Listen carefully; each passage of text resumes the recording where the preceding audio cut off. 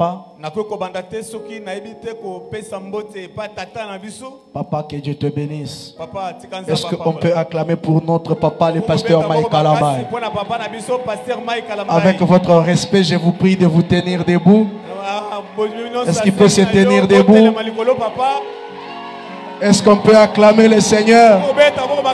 Alléluia. Amen. Est-ce qu'on peut acclamer le Seigneur?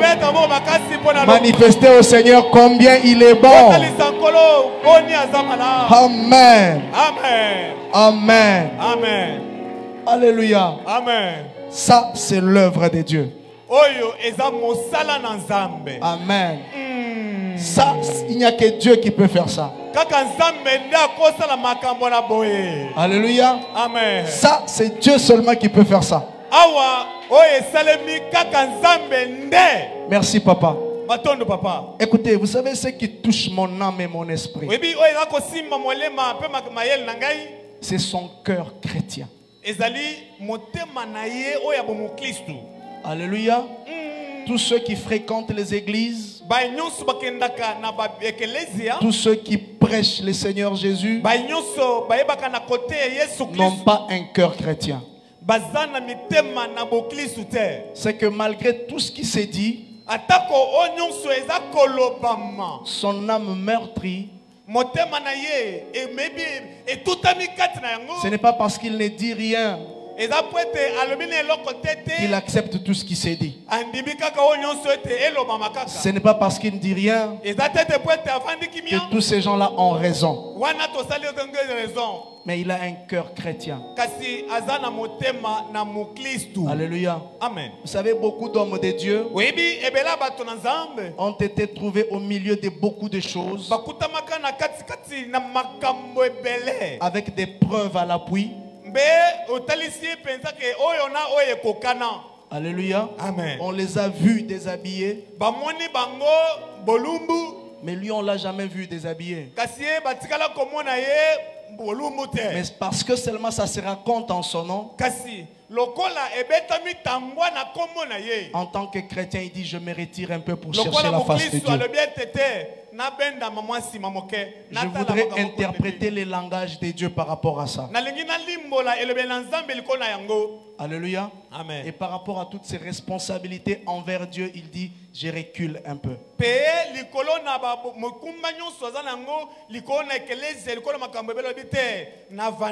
Voir un pasteur titulaire se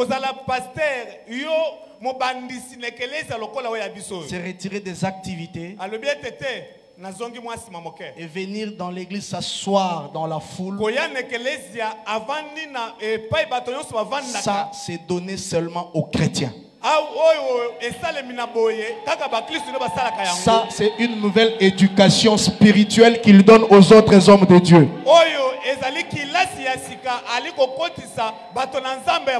L'école de l'humilité. Alléluia. Dit: je voudrais épargner dans sa présence de ces choses.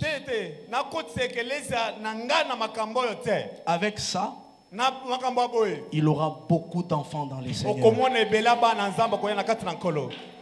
Il aura des enfants disciplinés dans les choses de Dieu. Papa, ta présence parmi nous fait beaucoup de bien. Alléluia. Alléluia. Amen. Est-ce qu'on peut lui dire: papa, nous t'aimons? Papa, tolingi papa. Est-ce qu'on peut lui dire encore: papa, nous t'aimons? Papa, nous t'aimons. Papa, tolembi yote. Papa, nano tolembi yote. Jaja tokolembaka yo. Jamais tolemba yo. Ozaka ka papa na. Papa na biso kaka. Est-ce qu'on peut acclamer le Gloire Seigneur? au Seigneur. Gloire à Dieu. Alléluia. Amen. Amen. Amen. Pendant qu'il cherche Dieu, j'ai prié Dieu que Dieu lui parle pour toi aussi. Parce qu'il est pendant des moments profonds de retraite et de prière que Dieu lui parle pour moi aussi. Même pour toi aussi. Alléluia. Amen. Que Dieu lui parle sur la nouvelle dimension de l'église. On a vu ici, on a entendu. Mais basalika orgueil batika likaka. Basalika lolendo batika. Lolendo kaka. Mais nous avons un pasteur enfant de Dieu. Son silence ne veut pas dire que Marambalo beza solo malobité. Mais le roi batangi kombo nangana tika na nazonga sima. Amen. Amen. Kebana mutake lukanzambe. Alléluia. Amen. Abimagana ba missile leki ya Poutine. Alléluia. Amen. Nazo banga ba Ukraine ya lobby. Amen. Amen. Gloire à Dieu. Nous passons à la parole de ce matin. Nous nous sommes promis depuis la fin du mois de mars que c'était après le mois du changement qui a connu beaucoup de témoignages. Le Seigneur a donné du boulot à ceux qui en voulaient. Le Seigneur a fait des miracles authentiques parmi nous. Et que le mois qui allait suivre, nous allions parler de Jésus. Pourquoi nous allons parler de Jésus? Parce que sans Jésus, notre foi est vaine. Parce que sans parler de Jésus, même l'existence de l'Église est vaine. Sans parler de Jésus, tous les sacrifices que nous accomplissons sont vains. Alléluia. Amen. Alléluia. Amen. C'est pourquoi ce matin nous commençons par une grande question. Qui est Jésus? Pour toi, qui est Jésus?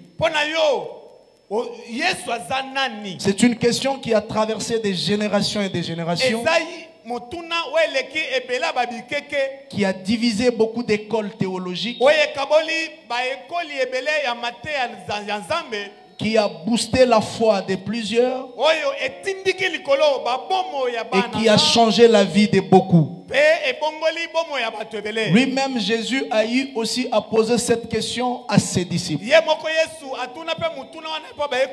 Dans le texte que nous avons lu, Jésus dit ceci: qu'est-ce que les gens disent de moi? Une façon de dire comment les gens me considèrent. Qui suis-je pour les gens qui me voient? Qui suis-je pour les gens qui citent mon nom? Alors pour les disciples, c'était une question adressée aux autres. Donc une fois de plus, les réponses étaient partagées. Ils ont commencé à lui dire ceci: pour certains, tu es l'un des prophètes. Pour d'autres, tu es Jérémie. Pour d'autres, tu es Jean-Baptiste revenu à la vie. Jésus, ayant vu les avis partagés, il s'est dit: ça, c'est ce que les autres ont dit de moi. Mais vous qui mangez avec moi, vous qui vivez avec moi, qui dites-vous que moi je suis? Ce matin, je voudrais que chacun de nous donne une réponse à la question de Jésus. Que chacun de nous donne une réponse, parce que cette réponse va donner une place à Jésus dans sa vie. Parmi les gens qui ont répondu, il y a Simon, fils de Jonas, qui donne la réponse. Il dit ceci: tu es le Messie, tu es le Christ, le Fils du Dieu vivant. À cause de cette réponse qui manifestait clairement que Simon savait qui il était, Jésus lui révèle une chose.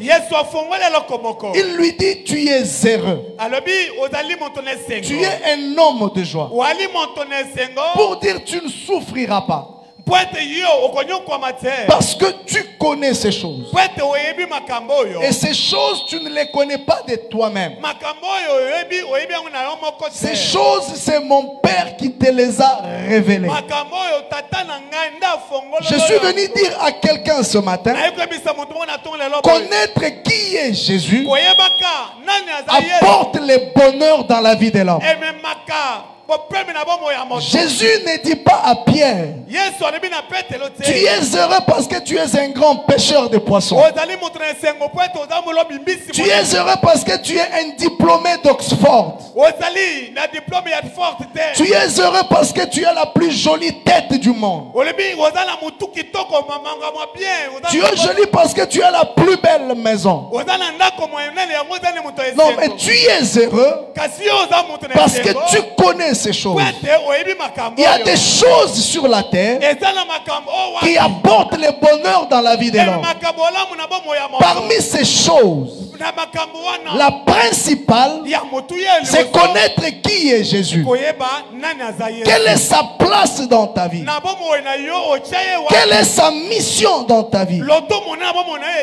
Pourquoi je prêche ces choses? Parce que dans ces enseignements que nous aurons pendant tous les mois, nous voudrions révéler Dieu aux hommes. Et révéler aux hommes ce que Dieu attend d'eux. Nous voulons permettre à Dieu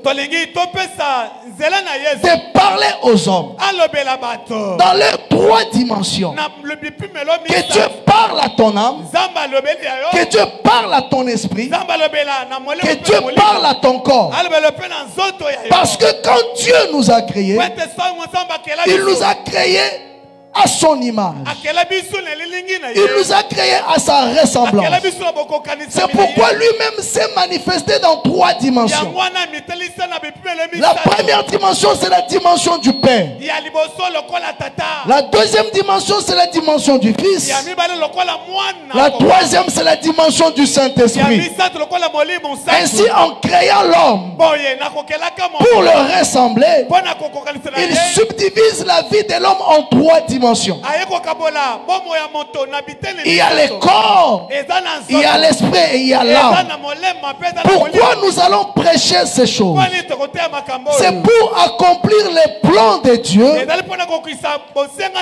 pour le salut de tout le monde. Parce que Jésus-Christ, quand nous lisons Matthieu chapitre 1er, alléluia, lorsque nous lisons chapitre 1er de Matthieu, nous comprendrons beaucoup de choses. Nous allons commencer à partir du verset 18. Mais avant de lire, je voudrais épingler une autre chose. Quand Jésus parle à Pierre, il lui dit, tu es heureux. À la même occasion, il commence à révéler Pierre même sa destinée. C'est-à-dire quand tu comprends qui est Jésus, même ta destinée se dessine devant toi. Il commence à lui dire, toi Simon, tu es Pierre. C'est que Simon ne savait pas. Je voudrais dire ici, la révélation de Jésus ouvre la révélation de l'homme. Si tu connais qui est Jésus, tu connaîtras qui tu es. Si tu connais la mission de Jésus, tu connaîtras aussi ta mission. Et Jésus avance. Il dit encore, sur toi Pierre, je bâtirai ton église. Écoute-moi, quand tu découvres qui est Jésus, même la bénédiction des autres dépend aussi de ta position. Il dit ceci, je bâtirai mon église. À cause de toi Pierre, même les séjours de mort n'auront pas de l'autorité sur mon église. Tout cela est parti de la révélation que Pierre avait de Jésus. Si tu connais qui est Jésus, celui qui est à ta droite sera béni. Si tu connais qui est Jésus, celui qui est à ta gauche sera béni. Si tu connais qui est Jésus, toi-même tu auras une position. Mais des chrétiens, nous nous investissons de moins en moins. C'est pourquoi notre relation avec Jésus ne se vit pas pleinement. Si tu connais que celle-ci c'est mon épouse, un certain nombre de tabous tombent. Alléluia. Tout dépend de la relation que tu as avec la personne. Et cette relation dépend de la connaissance que tu as de quelqu'un. Quelqu'un que tu ne connais pas, tu as du mal à lui faire confiance. C'est comme ça que sur la terre, beaucoup ont fait confiance à des gens comme Jésus lui-même, mais il a été vendu par Judas. Alléluia. Amen. Il y a des tas de promesses sur Pierre qui ont découlé de la réponse qu'il a donnée. C'est une grande question que de savoir qui est le Christ, qui est Jésus, parce que cette réponse décline aussi notre identité. Parce que cette réponse décline aussi la nature de notre être. Est-ce que quelqu'un dit Amen? Dans beaucoup d'églises, on ne parle plus de Jésus. Il y a des noms presque similaires. Dans beaucoup d'églises, on commence à prêcher des philosophies. Gloire soit rendue à Dieu. Nous sommes dans une église où nous allons parler de Jésus, où notre Père parle de Jésus, où partout nous avons le nom de Jésus. Jésus-Christ est Seigneur, Jésus-Christ est Dieu.